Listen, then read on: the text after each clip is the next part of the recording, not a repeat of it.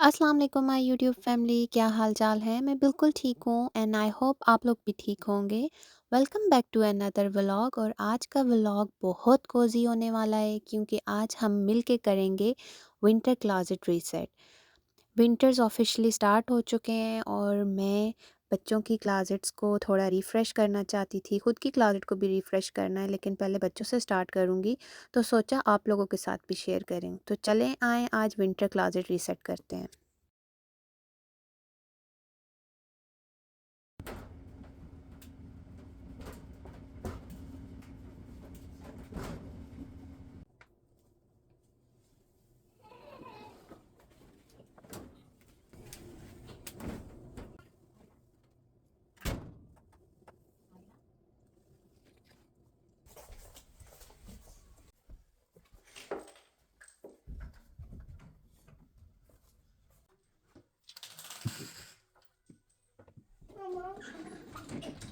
सबसे पहले मैं समर्स की सारी चीज़ों को क्लासेट से बाहर निकालूंगी।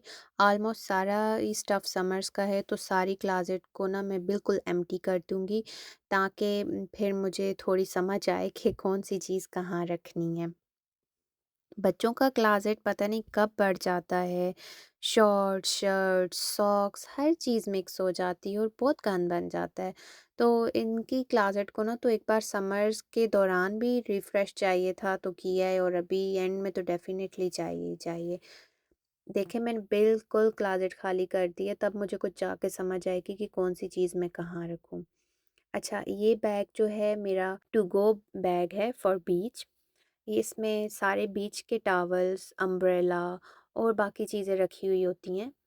तो इसको मैं साइड पे हैंग कर दूँगी।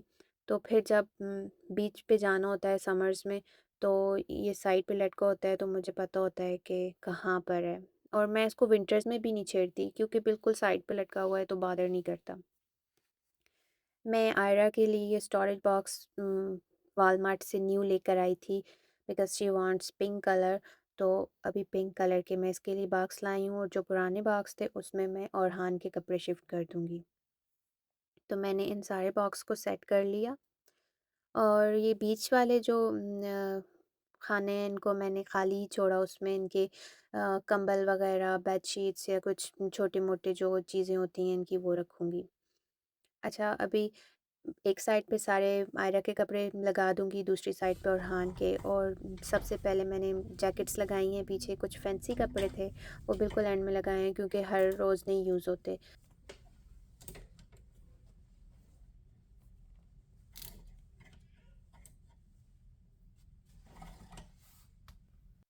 क्लोज़ेट्स ने ही कपड़ों को सँभाला होता है, अदरवाइज़ तो कपड़ों का बखेड़ा तो बहुत ही ज़्यादा होता है। मुझे लग रहा था कि मैं ये सारा काम 1-2 घंटे में फ़िनिश कर लूँगी, मेरी पूरी शाम गुज़र गई और फिर बाकी का काम मैंने नेक्स्ट डे किया। और ये बेड पे आप लोग देख रहे हो, लग रहा होगा 2 मिनट में होगा लेकिन मेरे इस पे पूरे 2 ढाई घंटे लगे हैं इनको सॉर्ट आउट करते-करते कि कौन-सी चीज़ किधर है। वेल 2 ढाई घंटे तो लग गए लेकिन ये है कि कपड़े सॉर्ट आउट हो गए और फिर इनको फाइनली मैंने क्लोज़ेट के अंदर रख दिया। स्टोरेजेस में सबसे ऊपर मैंने नाइट वेयर रखे हैं, मिडल में मैंने विंटर रेगुलर वेयर्स रखे हैं और सबसे नीचे जो हैं उसमें कुछ ब्रांड न्यू कपड़े हैं बच्चों के, वो पड़े हुए हैं और कुछ समर्स की चीज़ें थोड़ी बहुत हैं वो पड़ी हुई हैं। तो अल्हम्दुलिल्लाह कपड़े जो लगाने वाले थे वो तो सेट कर दिए। अब ये कपड़े हैं जो हमने डिक्लटर किए हैं, कुछ बच्चों के कपड़ों का साइज़ छोटा हो गया था वो कपड़े हैं। तो ये सब रिसाइकल में जाएँगे। अच्छा जी, अब बच्चों की बास्केट्स को क्लीन करना था तो ये डायपर स्टोरेज बास्केट है। इसको इसके अंदर सारे डायपर्स वगैरह रखने हैं, वाइप्स वगैरह रखने हैं।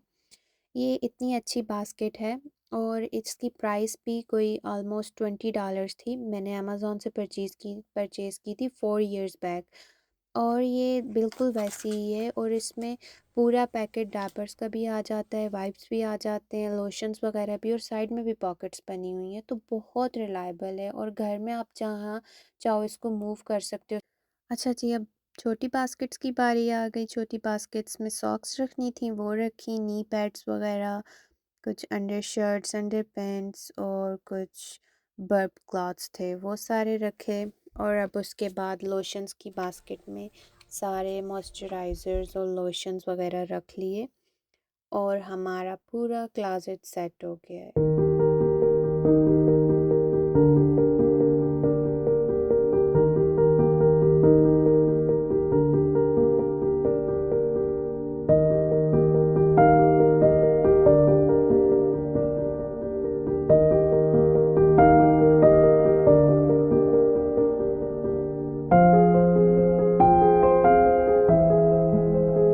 ये नेक्स्ट डे का व्लॉग है। लास्ट नाइट इतनी ज़्यादा थक चुकी थी और इतनी लेट हो चुकी थी कि डिनर भी बहुत लेट हो गया था। तो बस फिर लास्ट नाइट डिनर किया, बच्चों के साथ टाइम स्पेंड किया और सो गई। ये सारा काम फिर मैंने नेक्स्ट डे किया, क्लीनिंग वगैरह जो भी थी, जो चीज़ें ऑर्गेनाइज़ करनी थी वो नेक्स्ट डे की।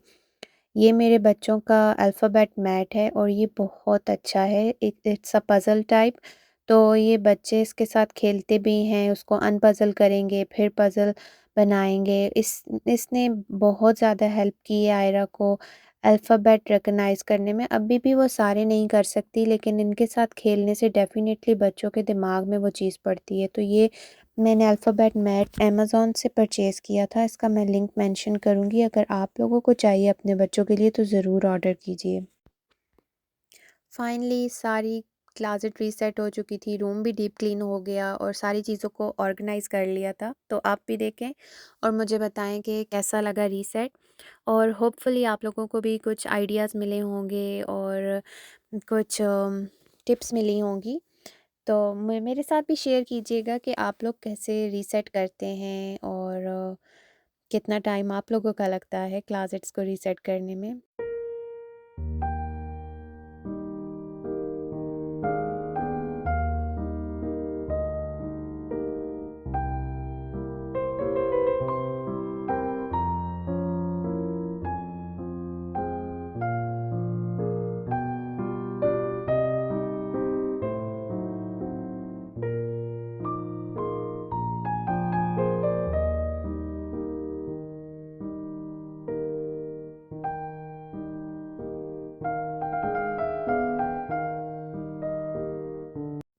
मैं जब काम करना शुरू होती हूँ तो कहती हूँ अब सारे घर का काम कर लूँ, तो बच्चों की क्लासेट से फ़ारिग होने के बाद थोड़ी सी अपनी क्लासेट को भी रीसेट कर लिया था।